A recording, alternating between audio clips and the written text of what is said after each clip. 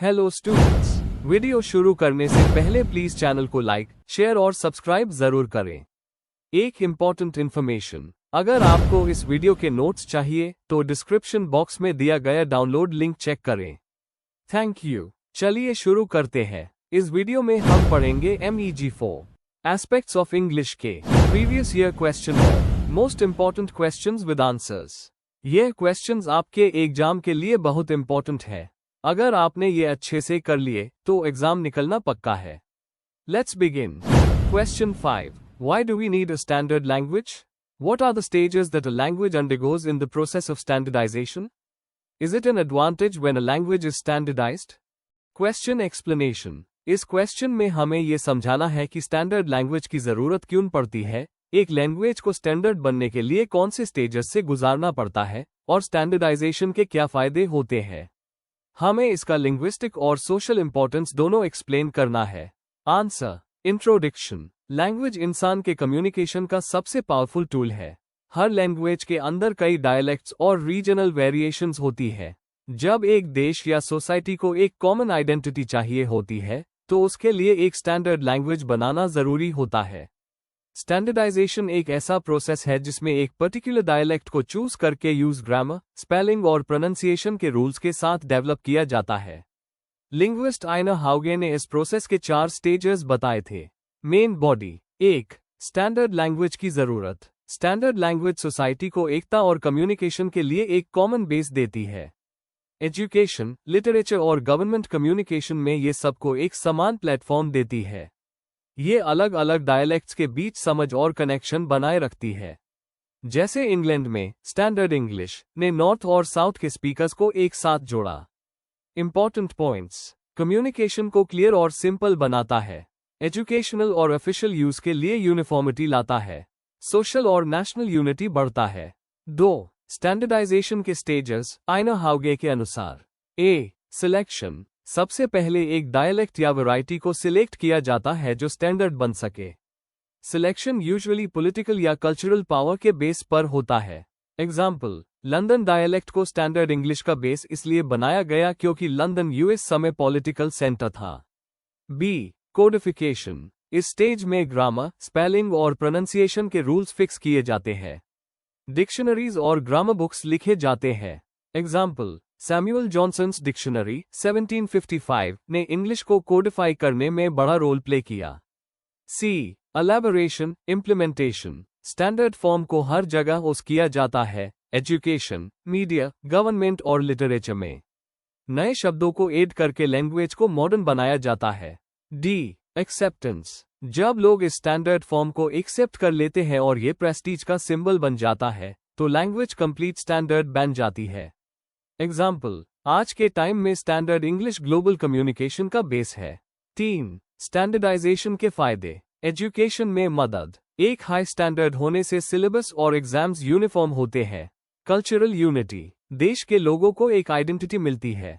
Language stability. Dialects के बीच confusion कम होता है। Global use. स्टैंडर्ड लैंग्वेज को दुनिया भर में आसानी से सिखाया जा सकता है। अपॉर्चुनिटीज।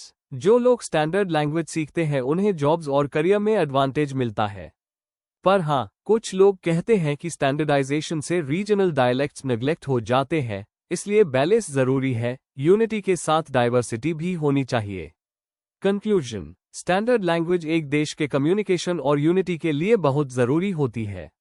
इसके स्टेजेस सिलेक्शन, कोडिफिकेशन, एलैबोरेशन और एक्सेप्टेंस एक सिस्टमैटिक प्रोसेस को दिखाते हैं। अगर ये प्रोसेस केयरफुली किया जाए तो ये सोसाइटी के लिए एक बड़ा लिंग्विस्टिक और कल्चरल एसेट बन जाता है। If you need the notes of this video, there is a download link in the description box. Be sure to check it out. Thank you. Let's see the next question. Question 6. Discuss the importance of language planning and the language problems that necessitate it. Would there be any limitations to language planning in a country like India? Question explanation. इस question में हमें बताना है कि language planning क्या होती है, ये क्यों जरूरी है और किस तरह के लैंग्वेज प्रॉब्लम्स इससे जरूरत बनाते हैं। साथ ही हमें बताना है कि इंडिया जैसे मल्टीलिंगुअल देश में लैंग्वेज प्लानिंग के क्या चैलेंजेस या लिमिटेशंस होते हैं। आंसर। इंट्रोडक्शन। लैंग्वेज प्लानिंग का मतलब होता है किसी कंट्री के गवर्नमेंट या अथॉरिटी के द्वारा लैंग्वेज के यूज, डेवलपमेंट और टीचिंग को प्लान करना। ये डिसाइड करता है कि एजुकेशन, एडमिनिस्ट्रेशन और मीडिया में कौन सी लैंग्वेज यूज होगी। इंडिया जैसे देश में, जहां कई लैंग्वेजेस बोली जाती है, ये प्लानिंग नेशनल यूनिटी बनाए रखने और कम्युनिकेशन आसान बनाने के लिए बहुत जरूरी है। ये दो पार्ट्स में होती है, लैंग्वेज पॉलिसी, जो डिसाइड होता है, और लैंग्वेज इम्प्लीमेंटेशन, जो अप्लाई होता है। Main body. 1. Meaning and nature of language planning. Language planning एक सिस्टमैटिक प्रोसेस है जिससे सोसाइटी के लैंग्वेज रिलेटेड प्रॉब्लम सॉल्व किए जाते हैं। आइना हाउगे के हिसाब से ये 4 स्टेप्स में होती है: सिलेक्शन, कोडिफिकेशन, इम्प्लीमेंटेशन और एलैबोरेशन। इसका एम होता है लैंग्वेजेस को स्टैंडर्डाइज और मॉडर्नाइज करना ताकि वो एडमिनिस्ट्रेटिव और एजुकेशनल नीड्स पूरी कर सकें। एग्जाम्पल, इंडिपेंडेंस के बाद इंडिया ने हिंदी और इंग्लिश दोनों को ऑफिशियल लैंग्वेज बनाया। ये एक प्लान डिसीजन था। 2. Importance of language planning. Language planning का इंपॉर्टेंस समझने के लिए कुछ main points. National unity promote करना। मल्टीलिंगुअल देश में यूनिटी बनाए रखने के लिए एक लिंक लैंग्वेज की जरूरत होती है। एग्जाम्पल, हिंदी को लिंक लैंग्वेज के रूप में प्रमोट किया गया था। एजुकेशन और लिटरेसी बढ़ाना। ये डिसाइड करता है कि एजुकेशन में कौन सी लैंग्वेज यूज होगी ताकि लर्निंग ईजी हो। एग्जाम्पल, स्कूलों में 3 लैंग्वेज फॉर्मूला इसी प्लानिंग का पार्ट है।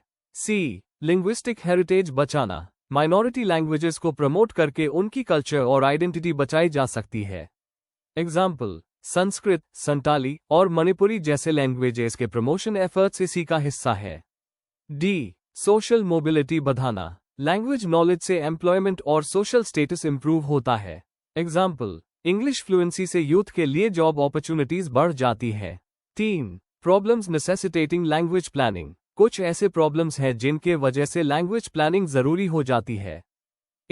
मल्टीलिंगुअलिज्म। इंडिया में हंड्रेड्स ऑफ लैंग्वेजेस बोली जाती है, जिससे कम्युनिकेशन गैप हो सकता है। Regional rivalries. Different language groups अपनी डोमिनेंस के लिए compete करते हैं। एग्जाम्पल, 1956 में स्टेट्स को लिंग्विस्टिक बेसिस पर रिऑर्गेनाइज किया गया था। एजुकेशन के issues. Medium of instruction choose करना एक बड़ा चैलेंज है। Example, Hindi versus regional languages का डिबेट अक्सर होता है। Minority languages. छोटी लैंग्वेजेस एक्सटिंक्ट हो सकती हैं अगर उनके लिए पॉलिसीज और सपोर्ट सिस्टम ना हो। 4. Limitations of language planning in India. Language planning के कुछ मेजर चैलेंजेस इंडिया में। पॉलिटिकल और रीजनल कॉन्फ्लिक्ट्स। लैंग्वेज एक इमोशनल इशू है। कई स्टेट्स हिंदी के इम्पोजिशन का विरोध करते हैं। इम्प्लीमेंटेशन की कमी। पॉलिसीज बनती है पर ग्राउंड लेवल पे उनका प्रॉपर इम्प्लीमेंटेशन नहीं होता। इनइक्वालिटी। कुछ कम्युनिटीज को एजुकेशन उनकी मदर टंग में नहीं मिलता, जिससे डिसएडवांटेज होता है। ग्लोबलाइजेशन। इंग्लिश के ग्लोबल यूज के चलते लोकल लैंग्वेजेस की इंपॉर्टेंस कम होती जा रही है।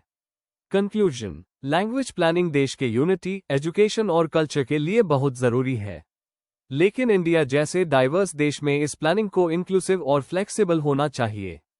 हर रीजन की लैंग्वेज आइडेंटिटी का रिस्पेक्ट करते हुए नेशनल इंटीग्रेशन प्रमोट करना चाहिए। इफेक्टिव प्लानिंग के लिए पॉलिसीज के साथ स्ट्रॉन्ग इंप्लीमेंटेशन भी जरूरी है। If you need the notes of this video, there's a download link in the description box. Be sure to check it out. Thank you. Let's see the next question. Question 7. Language is considered a heterogeneous and dynamic phenomenon. In light of this statement, discuss language variations and the factors that affect these variations. Question explanation. इस सवाल में आपको बताना है कि language एक जैसे सब जगह नहीं होती, बल्कि हर रीजन, समाज और समय के हिसाब से बदलती रहती है।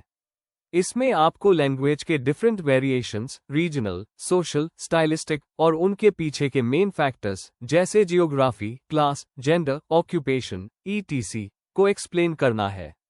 आंसर। इंट्रोडक्शन। लैंग्वेज एक लिविंग और चेंजिंग सिस्टम है जो समाज के साथ इवॉल्व होता रहता है। ये एक हेटेरोजीनियस, डाइवर्स और डायनामिक, चेंज होने वाला फिनोमेनन है। हर लैंग्वेज के मल्टीपल फॉर्म्स होते हैं, लोग अलग अलग तरीके से बोलते हैं, लिखते हैं और उस करते हैं। ये वेरिएशन कल्चर, समाज और इतिहास के इफेक्ट से आता है। Main body. 1. लैंग्वेज का हेटेरोजीनियस और डायनामिक नेचर। हेटेरोजीनियस। हर लैंग्वेज में अलग डायलेक्ट्स, स्टाइल्स और सोशल फॉर्म्स होते हैं। कोई भी लैंग्वेज सब लोग एक जैसे नहीं बोलते। डायनामिक, समय के साथ लैंग्वेज बदलती है। जैसे इंग्लिश पहले ओल्ड इंग्लिश थी, फिर मिडिल और अब मॉडर्न इंग्लिश हो गई। ये चेंजेस टेक्नोलॉजी, माइग्रेशन और ग्लोबलाइजेशन के वजह से होती है। 2 types of language variations. A, regional variation, dialect. अलग अलग रीजन्स के लोग अलग एक्सेंट और वोकैब्युलरी यूज करते हैं। एग्जाम्पल, ब्रिटिश इंग्लिश में कलर लिखा जाता है, अमेरिकन इंग्लिश में कलर। इंडिया में भी साउथ इंडियन इंग्लिश और नॉर्थ इंडियन इंग्लिश में डिफरेंस मिलता है। B, social variation, sociolect. ये वेरिएशन क्लास, जेंडर और एजुकेशन के बेस पर होता है। विलियम लेबॉफ ने बताया था कि वर्किंग क्लास और अपर क्लास की स्पीच पैटर्न्स अलग होती है। लैंग्वेज आइडेंटिटी दिखाती है कौन किस ग्रुप से बिलोंग करता है। सी, स्टाइलिस्टिक या रजिस्टर वेरिएशन। कॉन्टेक्स्ट के हिसाब से लैंग्वेज बदलती है। फॉर्मल सेटिंग, ऑफिस, स्कूल में हम पॉलिश्ड वर्ड्स यूज करते हैं, जबकि कैजुअल टॉक में इनफॉर्मल वर्ड्स। ये रजिस्टर वोकैब्युलरी और टोन दोनों को अफेक्ट करता है। D, temporal variation, time based. Language समय के साथ बदलती रहती है। शेक्सपियरियन इंग्लिश और मॉडर्न इंग्लिश में काफी डिफरेंस है। वर्ड्स के मीनिंग भी बदलते हैं, जैसे गे पहले हैप्पी के सेंस में था, अब सेक्सुअल आइडेंटिटी के सेंस में उस होता है। ए, जेंडर और एज बेस्ड वेरिएशन। विमेन ज्यादा पोलाइट फॉर्म्स यूज करती है, जबकि मेन डायरेक्ट टोन में बोलते हैं। यूथ नए स्लैंग वर्ड्स बनाते हैं, जैसे lit, vibe, chill. 3 factors affecting language variation. A, geography. Mountains, rivers और डिस्टेंसेस लोगों को अलग कर देते हैं, जिससे डायलेक्ट्स डेवलप होते हैं। बी, सोशल क्लास और इकोनॉमी। एजुकेशन और एक्सपोजर लैंग्वेज पर बहुत इम्पैक्ट डालती है।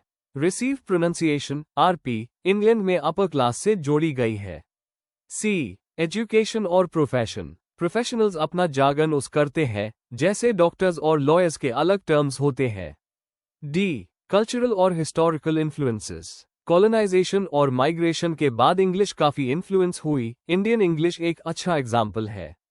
ए, टेक्नोलॉजी और ग्लोबलाइजेशन। इंटरनेट ने नए स्लैंग और अब्रीविएशंस ला दिए, जैसे लॉल, ओएमजी।